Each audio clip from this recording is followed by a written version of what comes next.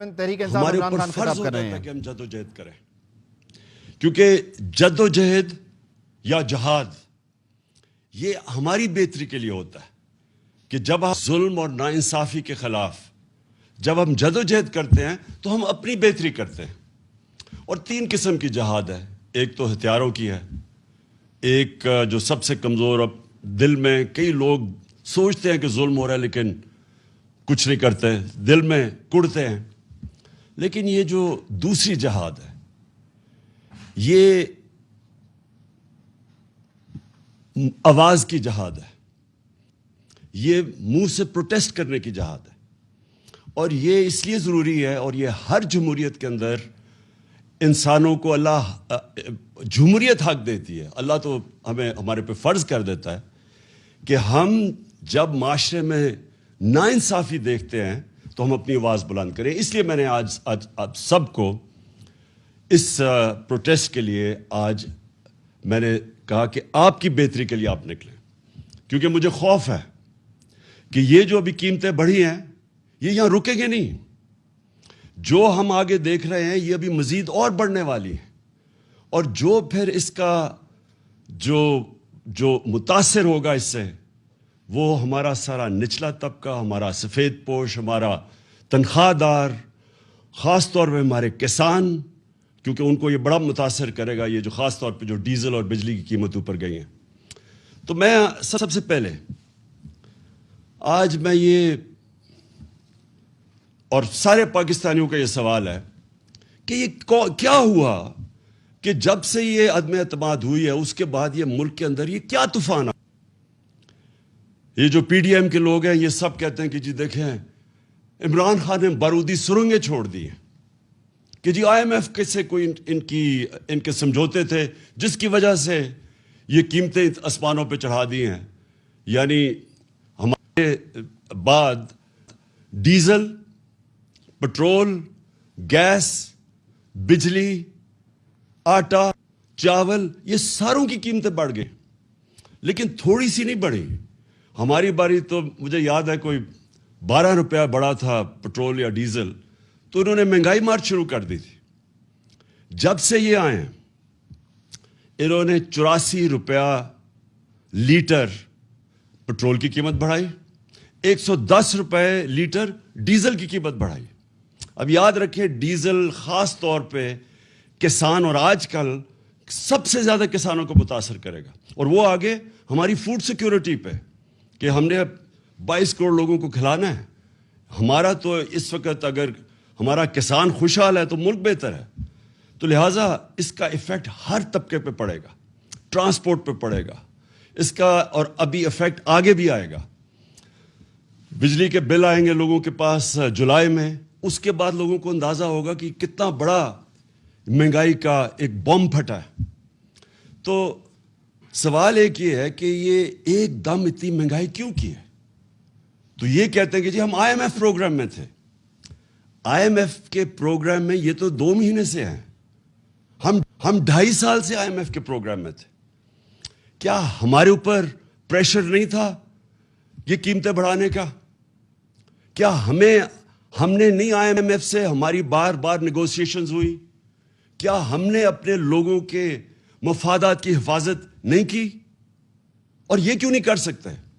کیا ہمیں جب انہوں نے کہا تھا کہ پٹرول اور ڈیزل کی قیمت بڑھاؤ تو ہم نے 10 روپے کم کی تھی؟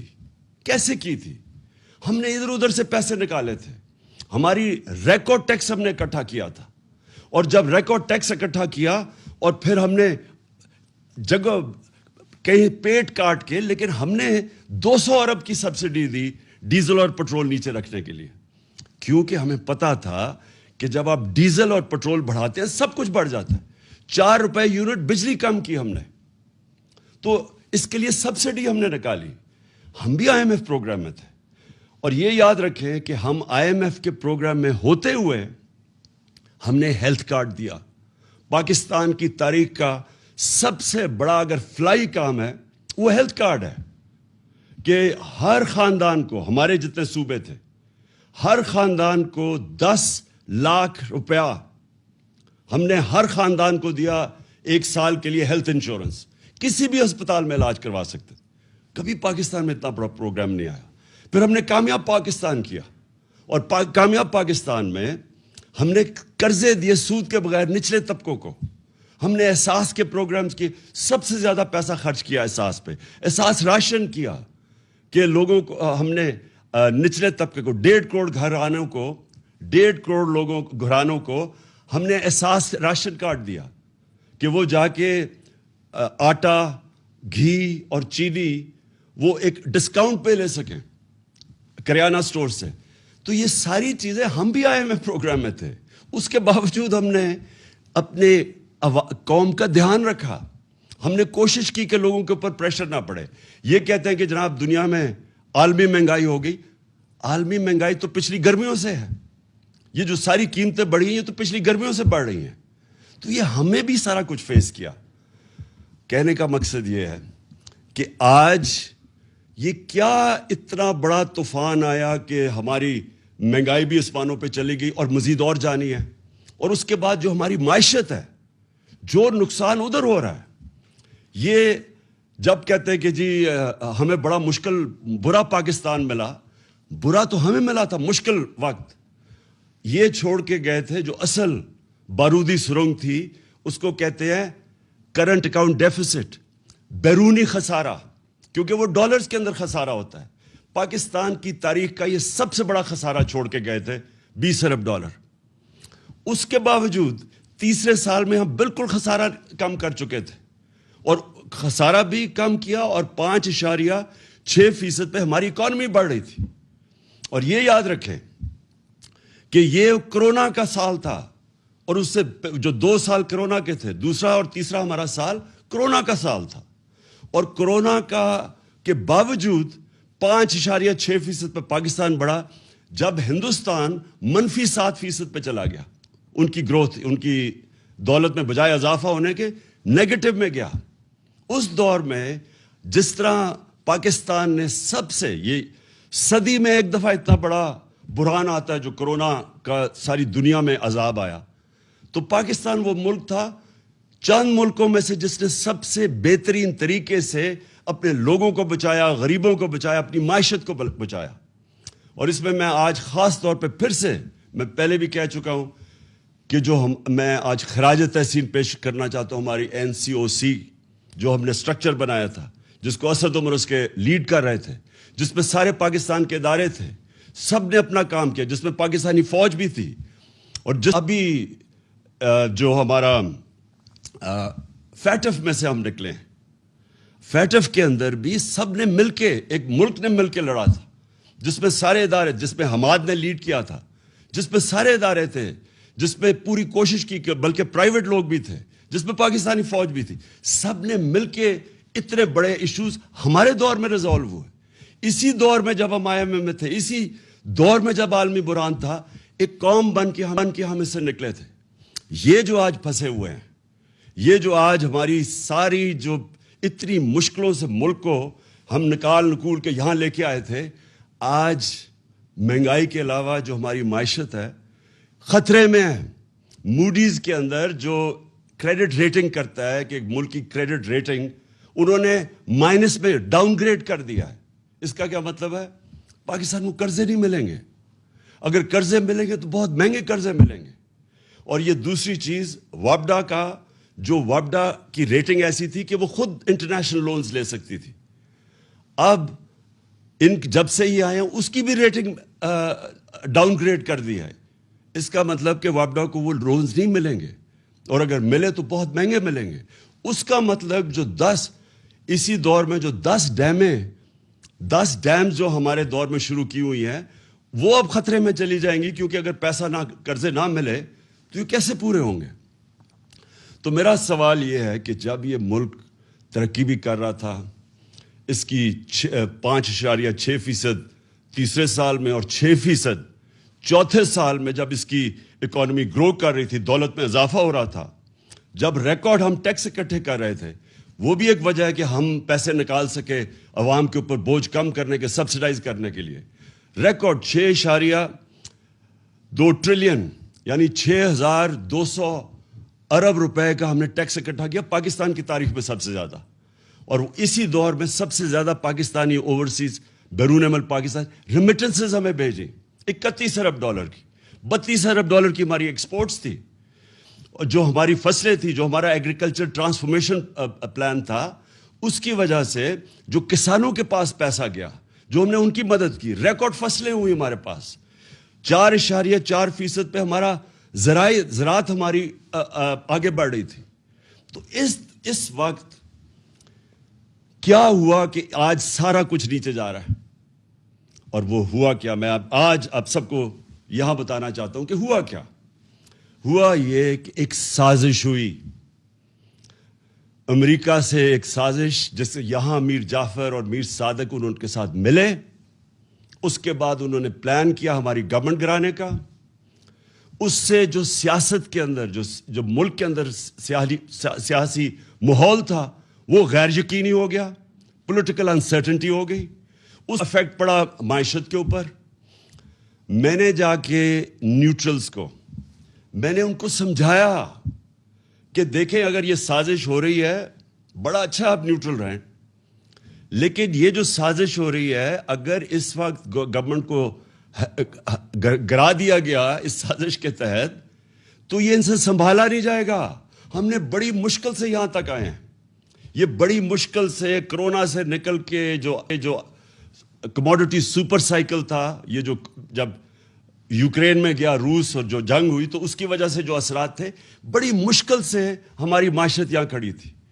تو میں نے تب ان کو بتایا، پھر شوکت ترین کو کہا کہ ان کو بتاؤ کہ یہ وقت نہیں ہے اس ملک کے اندر یہ سازش کو کامیاب ہونے دینے، کیونکہ اس کا ڈائریکٹ اثر پڑے گا ہماری معیشت کے اوپر.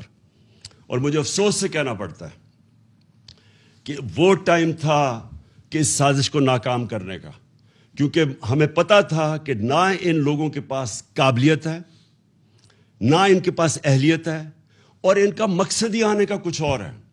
ان کا مقصد اس ملک کی نہ مہنگائی کم کرنے کے لیے، نہ ان کا مقصد اس ملک کی ریفارمز کرنے کا تھا، اکانومی ٹھیک کرنے کا تھا.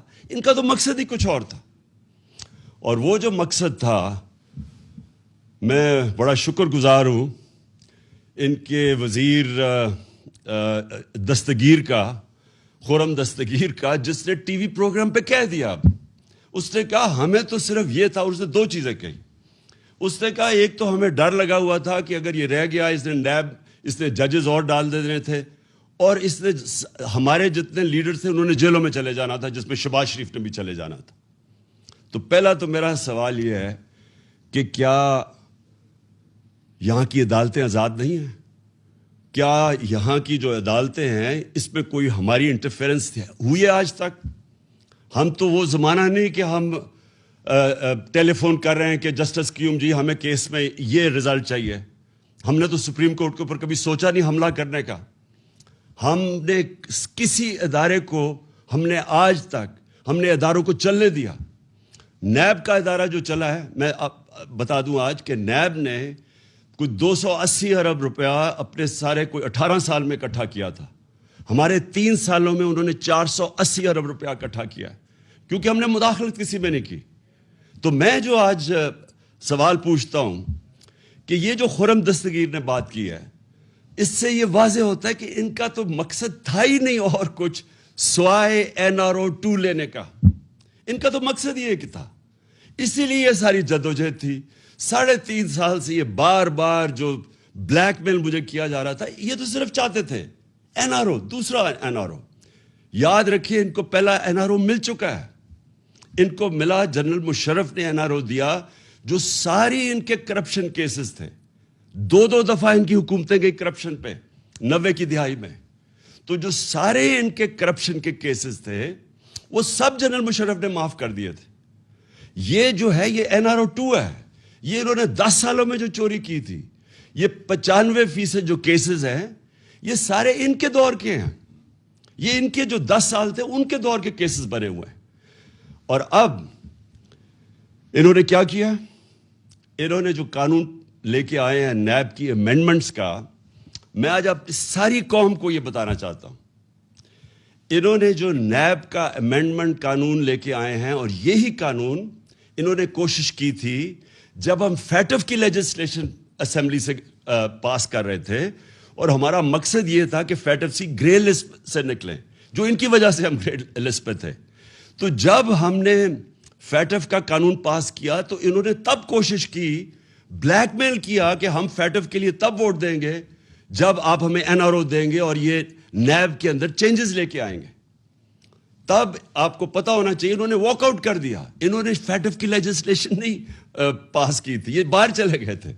تو ان کے بغیر ہم نے فیٹ ایف کی لیجسلیشن پاس کی, جس کی وجہ سے آج انشاءاللہ پاکستان نکل جائے گا گرے لسٹ سے. تو ان کا صرف مقصد این آر او 2 تھا, اور انہوں نے کیا کیا ہے, انہوں نے اب جو چینجز لے کے آئے ہیں, ساری قوم کو پتہ چلنا چاہیے کہ 1200 ارب روپے کے کرپشن کے کیسز کل جب یہ قانون بنے گا ان کے کیسز ختم ہو جائیں گے. اس ملک کا 1200 ارب روپیہ جو چوری کیا ہوا تھا ان سروں کے ناموں پہ, وہ سارا ختم ہو جائے گا. اب یہ این آر او 2 مل جائے گا ان کو کل.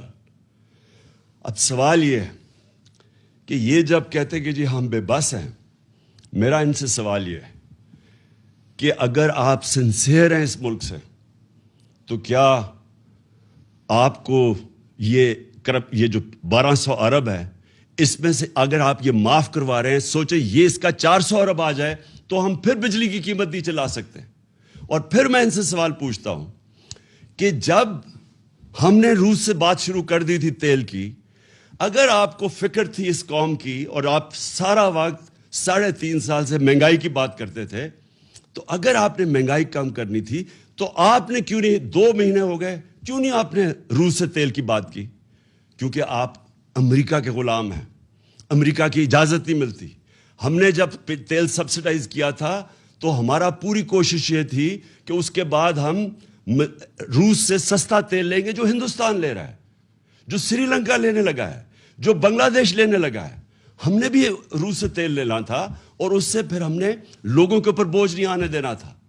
انہوں نے بجائے وہ لینے کے روس سے تیل, کیونکہ ان کے جن کے یہ غلام ہیں ان کا حکم نہیں ہے ان کو, لہٰذا عوام کے اوپر بوجھ ڈال دیا. اصل مقصد جس کے لیے یہ آئے تھے وہ اب آپ کے سامنے آ گیا. این آر او انہوں نے لینا تھا, این آر او 2 اب انہوں نے خود ہی اپنے آپ کو دے دیا ہے, اور اس سے 1200 ارب روپیہ اس قوم کا یہ ہضم کر جائیں گے. پہلے سارا پیسہ ہضم کیا این آر او 1 پہ, یہ دوسرا ہے اب.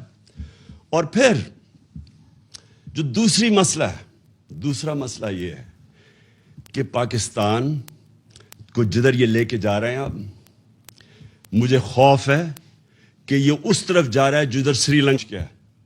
اور وہ مجھے خوف یہ ہے کہ ہمارے پاس جس طرح یہ ہماری اب ریمیٹنسز گر رہی ہیں, ہماری 10% ایکسپورٹس گری ہیں پچھلے مہینے, جس طرح یہ ٹرینڈ جا رہی ہے, ہمیں خوف یہ ہے کہ ہمارے پاس ڈالر نہیں ہوں گے کہ ہم اپنا, جس طرح سری لنکا اب تیل نہیں خرید سکتا. آپ کو پتا ہونا چاہیے کہ جب ہم آئے تھے, جب انہوں نے نو کانفرنس کیا تھا تو ڈالر 178 روپے کا تھا, آج وہ 208 روپے پہ پہنچ گیا. اور یہ صرف اور صرف اب ان کے پاس ایک راستہ ہے کہ یہ کسی طرح امریکنوں کے پاس اب جائیں گے اور ان کے پیر پکڑیں گے. مفتاح اسماعیل پہنچ گیا امریکن ایمبیسڈر کے پاس, اور اس نے کہا کہ جی ہماری مدد کریں, کسی طرح ہمیں کوئی ریلیف دلوا دیں. تو مفتاح اسماعیل اور شہباز شریف کو میں یہ کہنا چاہتا ہوں کہ دیکھیں, یہ جو امریکن ہیں ان کی ایک بڑی ان کی فلسفی ہے, وہ یہ ہے کہ دیر از نو فری لنچ, کوئی چیز مفت نہیں ملتی, ہر چیز کی قیمت ہوتی ہے. تو جو وہ قیمت آپ سے وصول کریں گے وہ ہمیں خدشہ ہے, وہ ہماری ساورنٹی کی قیمت ہوگی, وہ ہماری حقیقی آزادی کی قیمت لی جائے گی. اور اس قیمت, وہ جو قیمت ہے وہ ابھی سے نظر آنا شروع ہو گیا کہ یہ تیار ہو گئے وہ قیمت دینے کے لیے. بلاول بھٹو نے کہا کہ جی ہندوستان سے ہمیں تعلقات اچھے رکھنے چاہیے, ہم بھی اچھے رکھنے چاہتے تھے ہندوستان سے تعلقات. لیکن جب انہوں نے 5 اگست 2019 کو کشمیریوں کی سٹیٹ ہوڈ لی, جب انہوں نے جو کشمیریوں کو وہ جو آرٹیکل ان کا 360 جو بھی آرٹیکل تھا وہ ختم کیا, جب انہوں نے ان کا سٹیٹس لیا, وہ یاد رکھیں وہ یونائٹڈ نیشن سیکیورٹی کاؤنسلز کی ریزولوشن کی خلاف ورزی تھی, انٹرنیشنل لا توڑا, تو تب ہم نے ان سے رشتہ توڑا. ہم نے بھی کوشش کی تب اس سے پہلے دوستی کی. تو اگر آج یہ ہندوستان سے تعلقات ٹھیک کرتے ہیں تو یہ یاد رکھیں یہ کشمیریوں نے جو قربانیاں دی ہیں وہ ساری ان کی قربانیوں کی قبروں کے اوپر یہ کریں گے. اور دوسری چیز ایک اور ان کا مانڈوی والا اس کی سٹیٹمنٹ میں دیکھ رہا تھا, اس نے کہا کہ اسرائیل سے کیوں نہیں, ہمیں اپنے مفادات کا سوچنا چاہیے. یہ بھی اسی ایجنڈا کا حصہ ہے جس سے یہ رجیم چینج کی گئی تھی. وہ یہی ہے کہ آپ اس ایجنڈے پہ چلیں جو ہندوستان, اسرائیل اور جو امریکہ چاہتا ہے, اور وہ ایجنڈا وہ ہے جو ہماری سوورنٹی, ہماری آزادی کے خلاف ہے, جس کی وجہ سے یہ ساری جدوجہد تھی پاکستان کی, جو ہمارے لیڈر قائد اعظم نے جو اس ملک کو بنانے کی وہ کیوں بنایا تھا, ہم کیوں آزاد ہوئے تھے.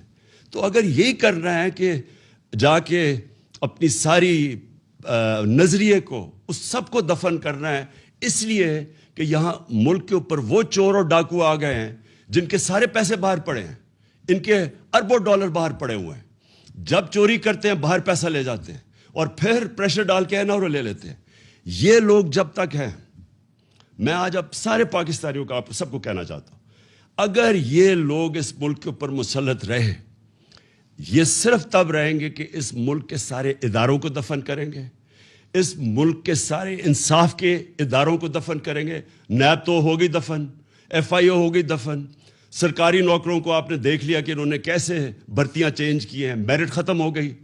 جو انہوں نے پولیس کا استعمال کیا آپ کے سامنے ہے کہ جس طرح انہوں نے پولیس سے ظلم کروایا, جس طرح کی ایف آئی آرز کٹوائی, ہمارے اوپر بلاسفمی کے کیس کر دیے. کبھی ریاست اپنی شہریوں پہ بلاسفمی کا کیس نہیں کرتی, یہ انہوں نے کر دیا. اب 8 ایف آئی آر میرے اوپر ہیں, ہمارے سارے لوگوں کے اوپر ہے. نوم چومسکی جو دنیا کے بڑے انٹلیکچوئل سمجھے جاتے ہیں, ان کا آج پڑھ لیں سٹیٹمنٹ. انہوں نے شہباز شریف کو خط لکھا ہے کہ یہ آپ سارے انسانی حقوق کی خلاف ورزی, آپ جمہوریت تباہ کر رہے ہیں اپنے ملک کی, اور یہ رہ گئے تو یہ جمہوریت, ایک جمہوریت کا جتنا بھی جس کے اوپر جمہوریت کھڑی ہوئی ہے سب ختم کریں گے. یہ جو جس طرف جا رہے ہیں, الیکشن کمیشن کو انہوں نے ساتھ ملایا ہے. پنجاب کے اندر جو الیکشن ہے وہ ابھی جو بائی الیکشنز ہیں, ابھی سے ہی میچ فکس کرنے کی ساری تیاریاں ہیں, ہمیں ساری خبریں آ رہی ہیں. پولیس کا جو استعمال کریں گے اور کر رہے ہیں. ابھی ہمارا کل ایک ہمارے جو الیکشن لڑ رہا تھا اس کے بیٹے کو گولی لگی, وہ آج ہاسپٹل میں ہے, اور اس کے سارے گھر والوں کے اوپر ایف آئی آرز کاٹ دی. تو یہ ہمیشہ یہ جب ایک کرپٹ ٹولے کو اوپر بٹھائیں گے جو کہ 30 سال سے یہ دونوں خاندان اس ملک پہ ہیں, انہوں نے ہمیشہ جو پہلے کرتے ہیں وہی کرنا ہے اب. تو جمہوریت سب سے پہلے اس کا نقصان ہوگا. انہوں نے اخبار والوں کے, صحافیوں کے اوپر, سوشل میڈیا کے اوپر جو کریک ڈاؤن ہے یہ کبھی پاکستان میں نہیں ہوا. جس طرح انہوں نے اینکرز کے اوپر ایف آئی آرز کاٹی ہوئی ہیں, اور ان چیزوں پہ, چھوٹی چھوٹی چیزوں پہ اس وقت خوف پھیلایا جا رہا ہے.